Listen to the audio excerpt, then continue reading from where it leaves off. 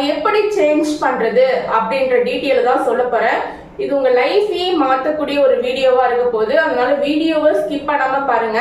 நம்ம கவுன்சிலிங்ல இருக்கக்கூடிய எல்லா நுணுக்கமான விஷயங்களையும் தெரிஞ்சு வச்சுட்டா மட்டும்தான் 100% ஒரு முழுமையான கல்லூரியை சூஸ் பண்ண முடியும். சரிங்களா? நீங்க இன்னும் நம்மளுடைய தமிழ்நாடு இன்ஜினியரிங் ஸ்டூடெண்ட்ஸ் குரூப்ல ஜாயின் பண்ணல அப்படின்னா இமீடியட்டா ஜாயின் பண்ணிடுங்க. சரிங்களா? அதுல ஸ்டூடெண்ட்ஸ்க்கு நிறைய இன்ஃபர்மேஷனை ஷேர் பண்ணிட்டே இருப்பேன். கவுன்சிலிங் முடிஞ்சு காலேஜ் ஜாயின் பண்ற வரைக்கும் ரொம்ப யூஸ்ஃபுல்லா இருக்கும். சரிங்களா? லோ கட் ஆஃப் எடுத்திருக்கீங்க, உங்க கட் ஆஃப்கான காலேஜ் லிஸ்ட் வேணும் அப்படின்னா ஸ்கிரீன்ல கொடுத்துருக்க நம்பருக்கு வாட்ஸ்அப் பண்ணுங்க. ஓகேவா? ஓகே, வாங்க நம்ம கண்டென்ட்டுக்கு போகலாம்.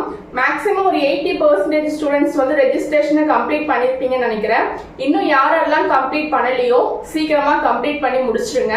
நீங்க ஃபர்ஸ்ட் கிராஜுவேட்டா இருக்கீங்க, இன்னும் வந்து சர்டிபிகேட் வரல அப்படின்னாலும் கவலைப்படாதீங்க.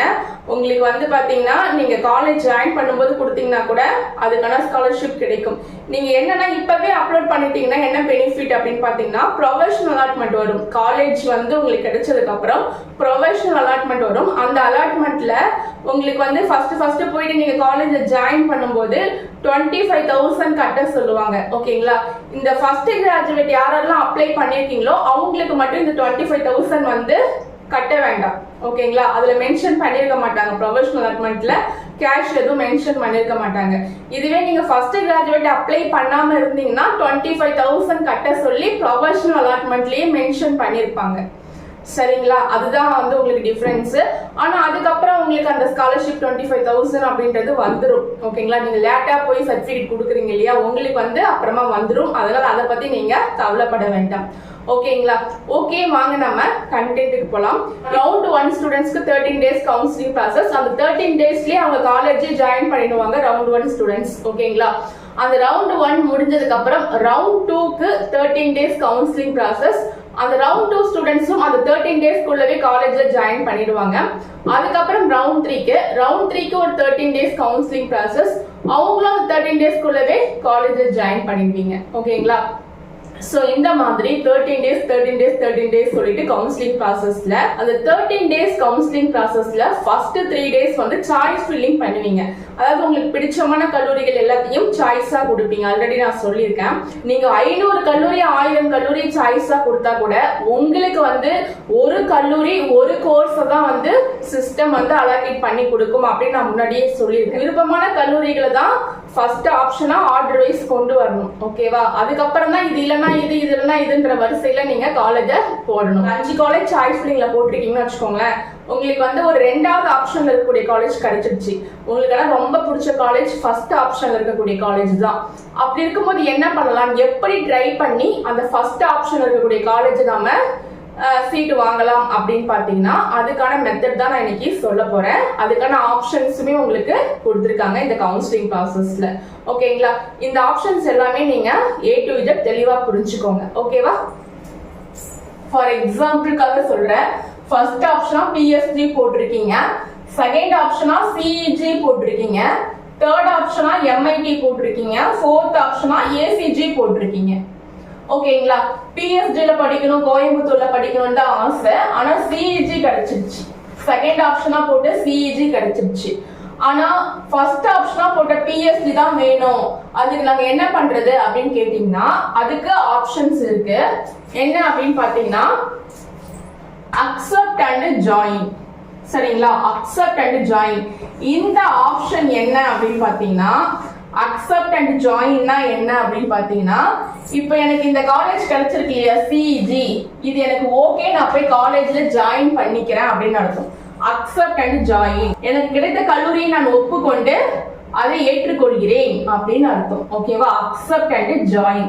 எனக்கு செகண்ட் ஆப்ஷன் கிடைச்சிருக்கு. நான் ஒரு 5 ஆப்ஷன் காலேஜ் போட்டேன், அதுல எனக்கு செகண்ட் ஆப்ஷன் கிடைச்சிருக்கு. இந்த காலேஜ்ல நான் இந்த காலேஜ்ல போய் நான் ஜாயின் பண்ணிக்கிறேன் அப்படின்னு சொல்லிட்டு அந்த 13 days கவுன்சிலிங் ப்ராசஸ்ல இந்த காலேஜ் ஓகே பண்ணி இதுல போயிட்டு ஜாயின் பண்ணிக்கிறது. ஓகேதா? அதுதான் வந்து அக்செப்ட் அண்ட் ஜாயின். ஓகேங்களா? அடுத்தது வந்து அக்செப்ட் அண்ட் அப்வர்ட். இதுதான் முக்கியமான ஆப்ஷன். Accept and upward.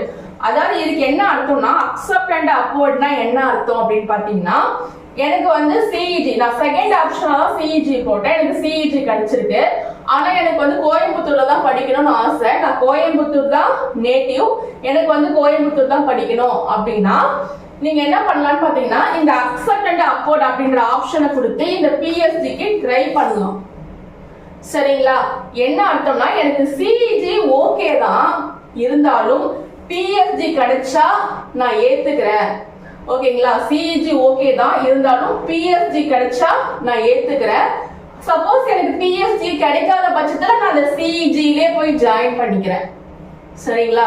இது எனக்கு ஓகே, இது என் கையில இருக்கட்டும். சரிங்களா? இந்த சிஇஜி நான் விடல, இது ஓகே, இது என் கையில இருக்கட்டும். ஆனாலும் இந்த பிஎஸ்ஜிக்கு நான் ட்ரை பண்றேன். ட்ரை பண்ணி இந்த காலேஜ் கிடைச்சிருச்சுன்னா நான் இதை விட்டுட்டு பிஎஸ்ஜிக்கே போயிடுறேன். சப்போஸ் எனக்கு பிஎஸ்ஜி கிடைக்கல அப்படின்ற பட்சத்துல நான் இந்த சிஇஜிலே ஜாயின் பண்ணிக்கிறேன் அப்படின்னு அர்த்தம். சரிங்களா? அதாவது இது கிடைச்சா போறேன், இது கிடைக்கல நான் திரும்பி இதுல ஜாயின் பண்ணிக்கிறேன்.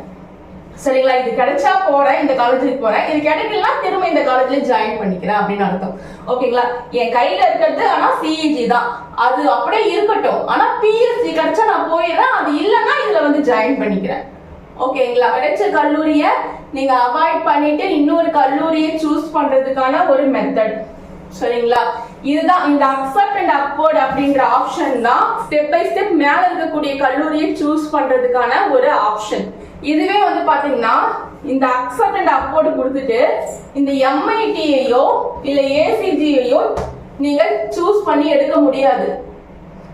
சரிங்களா? நீங்க இந்த எம்ஐடிக்கோ இல்ல ஏசிஜிக்கோ போக முடியாது. ஏன்னா சாய்ஸ் ஃபில்லிங் நீங்க போடக்கூடிய ஆர்டர்ல உங்களுக்கு எந்த கல்லூரி கிடைச்சிருக்கோ அந்த கல்லூரிக்கு மேல இருக்கக்கூடிய ஆப்ஷனை தான் உங்களால சூஸ் பண்ண முடியுமே தவிர அந்த கல்லூரிக்கு கீழே இருக்கக்கூடிய ஆப்ஷனை உங்களால சூஸ் பண்ண முடியாது. அதுக்கான ஆப்ஷன் கவுன்சிலிங்ல கிடையாது. சரிங்களா? அதனாலதான் சாய்ஸ் ஃபில்லிங் கொடுக்கும் போதே எது ரொம்ப பிடிச்சிருக்கோ டாப் காலேஜ் வைஸ் நீங்க கொடுக்கணும். சரிங்களா? இப்ப பாருங்க, எனக்கு சிஇஜி கிடைச்சிருக்கு, ஆனா நான் எம்ஐடிக்கோ இல்ல ஏசிஜிக்கோ தான் போக போறேன் அப்படின்னா அது உங்களால முடியாது. சரிங்களா? அதுக்கான ஆப்ஷன் எதுவுமே கொடுக்கல. இதுவே எனக்கு சிஇஜி கிடைச்சிருக்கு, நான் பிஎஸ்சிக்கு போக போறேன் அப்படின்னா போகலாம். ஏன்னா நீங்க உங்களுக்கு கிடைச்சிருக்கக்கூடிய ஆப்ஷனுக்கு மேலதான் பிஎஸ்சி இருக்கு. புரியுதுங்களா? எந்த கல்லூரி கிடைச்சிருக்கோ அதுக்கு மேல இருக்கக்கூடிய கல்லூரியை தான் நீங்க இந்த ஆப்ஷனை கொடுத்து சூஸ் பண்ண முடியுமே தவிர அதுக்கு கீழே இருக்கக்கூடிய கல்லூரிய உங்களால இந்த ஆப்ஷன் கொடுத்து சூஸ் பண்ண முடியாது. புரியுதுங்களா? அப்ப அக்செப்ட் அண்ட் அப்வோர்ட் அப்படின்றது இதுவே வந்து இந்த ஏசிஜி கிடைச்சிருச்சு, எனக்கு 4வது ஆப்ஷன் கிடைச்சிருச்சு அப்படின்னா மேல இருக்கக்கூடிய 3 ஆப்ஷன்ல ஏதாவது ஒரு காலேஜ் கிடைக்கும். இந்த எம்ஐடியும் கிடைக்கலாம், சிஇஜியும் கிடைக்கலாம், இல்ல பிஎஸ்சியும் கிடைக்கலாம் அக்செப்ட் அண்ட் அப்வோர்ட்ல. சரிங்களா? இதுவே எம்ஐடி எனக்கு கிடைச்சிருக்கு அப்படின்னா நீங்க அக்செப்ட் அண்ட் அப்வோர்ட் கொடுக்கும்போது சிஇஜியும் கிடைக்கலாம், பிஎஸ்சியும் கிடைக்கலாம். இதுவே செகண்ட் ஆப்ஷன் கொடுத்துட்டீங்க அப்படின்னா செகண்ட் ஆப்ஷன்ல இருக்கக்கூடிய காலேஜ் கிடைச்சிச்சுன்னா நீங்க ஒரே ஆப்ஷன் தான் இருக்கு, கிடைச்சா பிஎஸ்ஜி, அது இல்லைன்னா சிஇஜி. ஓகேங்களா?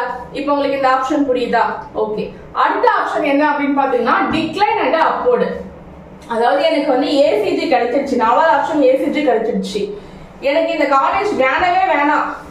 ஓகேங்களா? இந்த ஏசிஜி எனக்கு வேணவே வேணாம், நான் வந்து மேல இருக்கக்கூடிய 3 காலேஜ் கிடைச்சா நான் போய் காலேஜ்ல ஜாயின் பண்ணிக்கிறேன் அப்படின்னு அர்த்தம். சரிங்களா? டிக்ளைன் அண்ட் அப்வோர்ட்னா எனக்கு வந்து கிடைச்சிருக்கக்கூடிய காலேஜ் வேணவே வேணாம், நான் மேல இருக்கக்கூடிய காலேஜ் கிடைச்சா போய் காலேஜ்ல ஜாயின் பண்றேன், இல்லைன்னா எனக்கு காலேஜ் வேணாம்னு அர்த்தம்.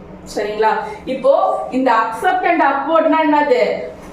எனக்கு காலேஜ் ஓகே தான், இருந்தாலும் மேல இருக்கக்கூடிய காலேஜ் நான் ட்ரை பண்றேன், அது கிடைக்காத பட்சத்துல இதுல ஜாயின் பண்ணிக்கிறேன் அப்படின்னு அர்த்தம் அக்செப்ட் அண்ட் அப்வோர்ட்னா. டிக்ளைன் அண்ட் அப்வோர்ட்னா என்னது? எனக்கு இந்த காலேஜே வேணாம், கிடைச்சிருக்கக்கூடிய காலேஜே வேணாம், மேல இருக்கக்கூடிய காலேஜ் கிடைச்சா ஜாயின் பண்றேன், இல்லைன்னா நான் ஜாயினே பண்ணல அப்படின்னு அர்த்தம். புரியுதுங்களா ரெண்டுத்துக்கும் கூடிய டிஃபரன்ஸ்? ஓகே. அடுத்தது வந்து பாருங்க decline and move to next round. அதாவது எனக்கு இந்த ஏசிஜி கிடைச்சிருக்குன்னு வச்சுக்கோங்களேன், எனக்கு வந்து இந்த ஏசிஜி கிடைச்சிருக்கு, நான் டிக்ளைன் அண்ட் அப்வோர்ட் கொடுத்துட்டேன் அப்படின்னா டிக்ளைன் அண்ட் அப்வோர்ட் கொடுத்தேன்னா எனக்கு வந்து ஏசிஜி இல்லாம எனக்கு ஏசிஜி வேணாம் அப்படின்னு சொல்லிட்டு மேல இருக்கக்கூடிய 3 காலேஜ் நான் ட்ரை பண்ணி எடுத்துக்கலாம். இதுவே decline and move to next round கொடுத்தேன் அப்படின்னா நான் ஃபர்ஸ்ட் ரவுண்ட்ல இருக்கேன் அப்படின்ற பட்சத்துல இந்த காலேஜ் எனக்கு வேண்டாம், நான் செகண்ட் ரவுண்டுக்கு போயிடுறேன்னு அர்த்தம். சரிங்களா? எனக்கு இந்த எந்த காலேஜுமே வேணாம், நான் கொடுத்துருக்கக்கூடிய எந்த காலேஜுமே எனக்கு வேணாம், நான் செகண்ட் ரவுண்ட்ல போயிடுறேன்னு அர்த்தம். சரிங்களா? இப்போ நீங்க ரவுண்ட் 2ல இருந்து decline and move to next round கொடுத்தீங்க அப்படின்னா எனக்கு இந்த காலேஜ் எதுவுமே வேணாம், நான் ரவுண்ட் 3க்கு போயிடுறேன்னு அர்த்தம். சரிங்களா? இதுதான் வந்து decline and move to next ரவுண்டுக்கு அர்த்தம். எனக்கு வந்து எந்த காலேஜுமே வேணாம், நான் தான் சாய்ஸ் ஃபில்லிங் பண்ணேன், இருந்தாலும் எனக்கு அது எதுவுமே பிடிக்கல, எனக்கு எதுவுமே வேணாம், நான் அடுத்த ரவுண்டுக்கு போய் மறுபடியும் சாய்ஸ் ஃபில்லிங் பண்ணி காலேஜ்ல கலந்துக்கிறேன் அப்படின்னு அர்த்தம், கவுன்சிலிங்ல கலந்துக்கிறேன் அப்படின்னு அர்த்தம். சரிங்களா? இதுதான் வந்து decline and move to next round. ஆனா இது வந்து ஒரு முட்டாள்தனமான ஒரு ஆப்ஷன். இந்த முடிவை எடுக்கவே எடுக்காதீங்க. ஏன்னா ரவுண்ட் 1ல இருக்கீங்கன்னா ரவுண்ட் 2க்கு போகும்போது பாதி காலேஜ்ல சீட்டு முடிஞ்சிரும். சரிங்களா? அப்போ ரவுண்ட் 2ல நீங்க ரவுண்ட் 2 கட் ஆஃப்கான காலேஜ் தான் நீங்க அதுல சூஸ் பண்ண முடியும். இப்ப ரவுண்ட் 2ல இருந்து ரவுண்ட் 3க்கு போனீங்கன்னா ரவுண்ட் 3 கட் ஆஃப்கான காலேஜ் தான் நீங்க அதை சூஸ் பண்ண முடியும். உங்க கட் ஆஃப்க்குன்னு சொல்லிட்டு ரவுண்ட் 1ல கொண்டு வந்திருக்காங்க. அப்படி இருக்கும்போது நீங்க ஏன் அதை விட்டுட்டு ரவுண்ட் 2க்கோ இல்ல ரவுண்ட் 3க்கோ போறீங்க? ஓகேங்களா? அதை நீங்க புரிஞ்சுக்கோங்க. அடுத்தது வந்து decline and quit. Decline and குவிட்னா நான் வந்து ஏற்கனவே மேனேஜ்மெண்ட்ல அட்மிஷன் போட்டு வச்சிட்டேன், சும்மா வந்து ஃபார்மாலிட்டியா கவுன்சிலிங் அட்டெண்ட் பண்ண, கவுன்சிலிங்கை விட்டே வெளியே போயிடுறேன் அப்படின்னு அர்த்தம். சரிங்களா? சரிங்களா? சோ அப்ப வந்து இதுவுமே ஒரு முட்டாள்தனமான ஆப்ஷன். எதுக்காக கவுன்சிலிங்ல வந்துட்டு கவுன்சிலிங் விட்டு வெளியே போறீங்க? ஓகேவா? அதுக்கு நீங்க கவுன்சிலிங்கே போட தேவையில்ல, நீங்க மேனேஜ்மெண்ட்ல புக் பண்ணீங்க, அப்படியே போயிருக்க வேண்டியதானே. ஓகேவா? அக்செப்டட் ஜாயின் அப்படின்றது ஒரு நல்ல ஆப்ஷன். காலேஜ்ல போயிட்டு ஜாயின் பண்ணிடலாம் கிடைச்ச காலேஜ்ல. அக்செப்டட் அப்போர்ட் அப்படின்னா காலேஜ்ல போய் உடனே ஜாயின் பண்ண முடியாது. ஏன்னா நீங்க என்ன பண்ணிருக்கீங்க, கிடைச்ச கல்லூரியை கையில புடிச்சு வச்சுக்கிட்டு இன்னொரு கல்லூரிக்கு ட்ரை பண்ணிட்டு இருக்கீங்க, அதனால வெயிட் பண்ணணும் ரிசல்ட்டுக்காக. சரிங்களா? அப்போ அக்செப்டட் அப்போர்ட். டிக்ளைன் அண்ட் அப்போர்ட்னா என்னன்னு அர்த்தம்னா நீங்க கிடைச்ச கல்லூரியை விட்டுடுறீங்க, விட்டுட்டு மேல இருக்கக்கூடிய கல்லூரிக்கு ட்ரை பண்றீங்க. சரிங்களா? இதுதான் வந்து டிக்ளைன் அண்ட் அப்போர்ட். தேர்ட் ஆப்ஷனுக்குமே வந்து பாத்தீங்கன்னா நீங்க ரிசல்ட்டுக்காக வெயிட் பண்ணணும், உடனே போய் காலேஜ்ல ஜாயின் பண்ண முடியாது. நான் உடனே போய் காலேஜ்ல ஜாயின் பண்ணணும் அப்படின்னா இந்த ஆப்ஷன் தான், அக்செப்ட் அண்ட் ஜாயின் கொடுத்தீங்கன்னா உடனே போய் காலேஜ்ல ஜாயின் பண்ணிடலாம், மறுநாளே போய் காலேஜ்ல ஜாயின் பண்ணிடலாம் இந்த ஆப்ஷன் கொடுத்தீங்கன்னா. சரிங்களா? ஓகே, இப்போ உங்களுக்கு இந்த ஆப்ஷன்ஸ் பத்திலாம் புரிஞ்சிருக்கும் அப்படின்னு நினைக்கிறேன். வீடியோ யூஸ்ஃபுல்லா இருந்தா மறக்காம சப்ஸ்கிரைப் பண்ணுங்க, லைக் பண்ணுங்க, உங்க ஃப்ரெண்ட்ஸுக்கும் ஷேர் பண்ணுங்க. நம்மளோட தமிழ்நாடு இன்ஜினியரிங் ஸ்டூடெண்ட்ஸ் குரூப்ல ஜாயின் பண்ணிக்கோங்க. உங்க ஃப்ரெண்ட்ஸ் யாராவது 7.5 ரிசர்வேஷன்ல இருக்காங்க, ஃபுல் ஃப்ரீயா படிக்கணும், எந்த கைடன்ஸுமே இல்லாம இருக்காங்க, இல்லைன்னா ஜென்ரல் கவுன்சிலிங்ல எந்த காலேஜ் சூஸ் பண்றதுன்ற ஐடியா இல்லாம இருக்காங்க அப்படின்னா நம்மளுடைய வாட்ஸ்அப் குரூப்ல ஜாயின் பண்ணிக்க சொல்லுங்க, ரொம்ப ரொம்ப யூஸ்ஃபுல்லா இருக்கும். ஓகேவா? Okay bye. மீண்டும் அடுத்த ஒரு வீடியோட நான் உங்களை சந்திக்கிறேன். லைக் அண்ட் சப்ஸ்கிரைப் பண்ணிக்கோங்க, உங்க ஃப்ரெண்ட்ஸுக்கும் ஷேர் பண்ணுங்க.